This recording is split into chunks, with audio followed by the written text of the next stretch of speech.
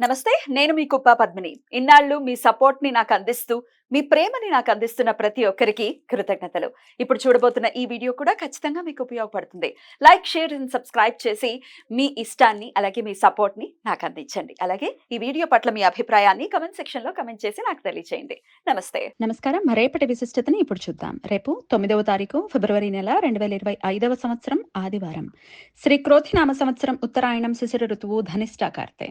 రేపు మాఘమాస శుక్లపక్ష ద్వాదశి తిథి సాయంత్రం 7:25 వరకు, తదుపరి త్రయోదశి తిథి. ఆరుద్ర నక్షత్రం సాయంత్రం 5:53 వరకు, తదుపరి పునర్వసు నక్షత్రం. విష్కుంభ యోగం రాత్రి 12:07 వరకు, తదుపరి ప్రీతి యోగం. భవకరణం ఉదయం 7:47 వరకు, బాలవకరణం రాత్రి 7:25 వరకు, తదుపరి కౌలవకరణం ఉంటాయి. సూర్యుడు మకర రాశిలో ధనిష్ట నక్షత్రంలో సంచరిస్తున్నాడు. చంద్రుడు మిథున రాశిలో సంచరిస్తాడు. నక్షత్ర వర్జం రాత్రి తెల్లవారుజామున 5:57 నుండి ఎల్లుండి ఉదయం 7:33 వరకు. అమృతకాలం ఉదయం 7:58 నుండి 9:34 వరకు. హైదరాబాద్ ప్రాంతం వారికి రేపు సూర్యోదయం ఉదయం 6:46, సూర్యాస్తమయం సాయంత్రం 6:15. చంద్రోదయం మధ్యాహ్నం 3:17, చంద్రాస్తమయం ఎల్లుండి తెల్లవారుజామున 5:03.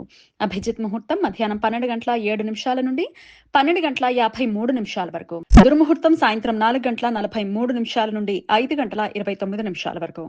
రాహుకాలం సాయంత్రం 4:49 నుండి 6:15 వరకు. గుళిక కాలం మధ్యాహ్నం 3:23 నుండి సాయంత్రం 4:49 వరకు. యమగండం మధ్యాహ్నం 12:30 నుండి 1:57 వరకు. ఇవాళ జయ ఏకాదశి ఉపవాసం ఉన్నవారికి రేపు పారణ సమయం సూర్యోదయం నుండి ఉదయం 9:04 వరకు ఉంటుంది. రేపు భీష్మ ద్వాదశి. భీష్మాష్టమి రోజు ప్రారంభమైన భీష్మ పంచక వ్రతం రేపటితో ముగుస్తుంది. మహాభారత కథనం ప్రకారం పాండవులు భీష్ముల వారికి ఉత్తర క్రియలు పూర్తి చేసిన రోజు. భక్తులు రేపు విష్ణు సహస్రనామ స్తోత్రం పారాయణం చేసి దాన ధర్మాలు చేయటం వలన పితృదోషాలు తొలగిపోతాయని నమ్ముతారు. రేపు సంతాన ద్వాదశి. దీనినే వరద ద్వాదశి అని, గోవింద ద్వాదశి అని కూడా పిలుస్తారు. సంతానం లేని వారు రేపు పగటిపూట ఉపవాసం ఉండి శ్రీ విష్ణు సహస్రనామ స్తోత్రం పారాయణం చేయటం వలన త్వరగా వారికి సంతాన ప్రాప్తి కలుగుతుంది అని విశ్వాసం. పితృదోష నివారణ కోసం ప్రత్యేక పూజలు చేయటానికి రేపు అనుకూలం. రేపు త్రయోదశి ప్రదోష వ్రతం. శివ భక్తులు పగటిపూట ఉపవాసం ఉండి ప్రదోష సమయంలో రుద్రాభిషేకం చేస్తారు. రేపు సోపపద పుణ్యకాలం. మాఘమాస శుక్లపక్ష ద్వాదశి రోజున సోపపదం పేరున పితృదేవతలకు తర్పణాలు, శ్రార్థ విధులు నిర్వర్తించడం సాంప్రదాయం.